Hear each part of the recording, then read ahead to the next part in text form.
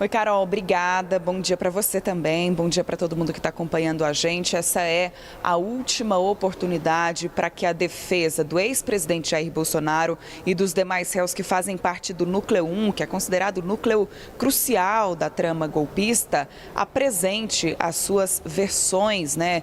Tente convencer os ministros que fazem parte da primeira turma do Supremo Tribunal Federal sobre as suas versões dos fatos. Então, as defesas têm até quarta-feira para apresentar as suas alegações finais. Depois dessa entrega, o ministro Alexandre de Moraes vai poder começar a elaborar o seu voto para que o caso seja liberado para o julgamento. A expectativa é de que os ministros decidam pela condenação ou pela absolvição de Bolsonaro e dos demais réus em meados de setembro, mas vai caber ao ministro Cristiano Zanin, que é o presidente da primeira turma, fazer o agendamento desse julgamento lá no STF. A gente lembra que, além de Bolsonaro, fazem parte desse núcleo os ex-ministros Alexandre Ramagem, Augusto Heleno, Anderson Torres, Walter Braga Neto e Paulo Sérgio Nogueira, também o ex-ajudante de ordens, tenente-coronel Mauro Cid, e o ex-comandante da Marinha, Almir Garnier. Como o Mauro Cid foi o delator desse caso, ele foi o primeiro a ter o prazo estipulado para apresentação dessas alegações finais. Então, a defesa de Mauro Cid já entregou esse memorial de documentos em que diz que Mauro Cid não compactuou com qualquer plano de golpe e que atuava alinhado ao então comandante do Exército, general Freire Gomes. Os advogados de Freire Gomes apresentaram diálogos, como prova de que o militar se opunha à tentativa de uma ruptura institucional. Então, essa semana termina o prazo para que as defesas dos demais réus apresentem essas últimas considerações, Carol, já na expectativa, portanto, de que Moraes faça a elaboração do seu voto e libere o caso para julgamento. É importante a gente dizer também que os ministros que vão fazer parte do julgamento, que vão julgar essa ação penal, vão ter ali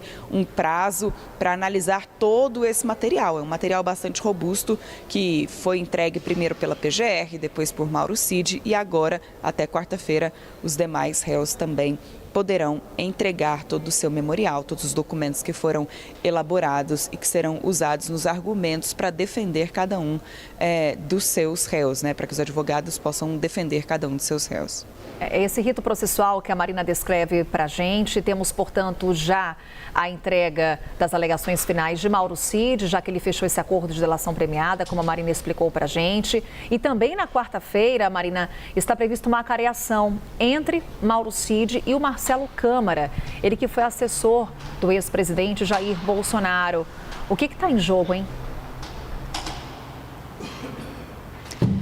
Carol, argumentos que foram apresentados pela defesa do tenente-coronel Mauro Cid, que são contestadas pela defesa de Marcelo Câmara. Então, foi uma solicitação da defesa de Marcelo Câmara para que essa acareação aconteça no Supremo Tribunal Federal, para que alguns pontos dos depoimentos possam ser esclarecidos. Essa acareação foi autorizada pelo próprio ministro Alexandre de Moraes, que é o relator do caso e faz parte de diligências complementares do núcleo 2 da trama golpista. A gente estava falando agora há pouco sobre o encaminhamento do julgamento do núcleo 1, do qual faz parte o ex-presidente Jair Bolsonaro, mas é importante lembrar que a Procuradoria-Geral da República dividiu os investigados, em 5 núcleos diferentes. Então, cada núcleo está em uma fase da ação penal. O núcleo 1 já encaminhando para o julgamento e o núcleo 2 ainda nessa fase de diligências complementares, que é o prazo estabelecido pelo ministro Moraes para que as defesas possam solicitar, por exemplo,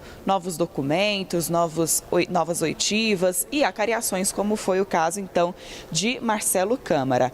A CNN, o advogado de Câmara, Eduardo Kuntz, afirmou que essa acareação vai esclarecer, então, contradições sobre o monitoramento de autoridades que, segundo Mauro Cid, teria sido feito pelo ex-assessor do ex-presidente Bolsonaro.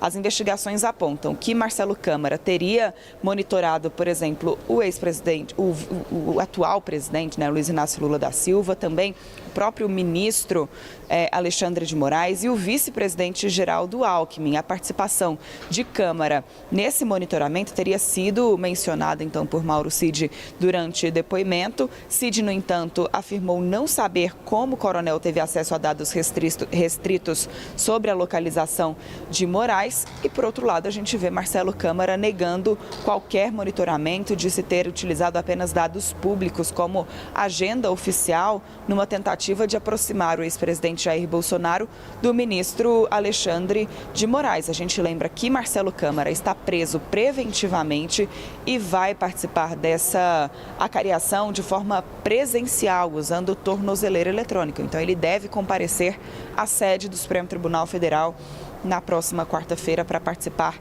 desse processo. Ele também é investigado por obstrução de justiça por supostamente ter tentado manter contato com Mauro Cid durante todo esse processo.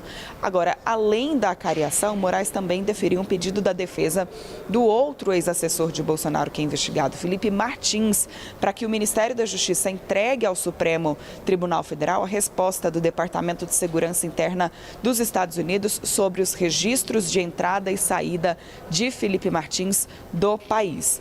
Então, são dois pedidos que foram atendidos pelo ministro Alexandre de Moraes e que fazem parte desse processo que a gente vai acompanhar ao longo dessa semana. Finalizada essa fase de diligências complementares, aí o ministro abre aquele prazo de 15 dias para que a Procuradoria-Geral da República possa se manifestar como parte acusadora, né, no processo sobre, então, o núcleo 2 da trama golpista, Carol. Então, como eu disse, a gente está acompanhando a fase final do núcleo 1, encaminhando para o julgamento, e o núcleo 2 agora entrando também nessa fase de apresentação das alegações finais, depois que esse processo, durante essa semana, for encerrado, esse processo das diligências complementares.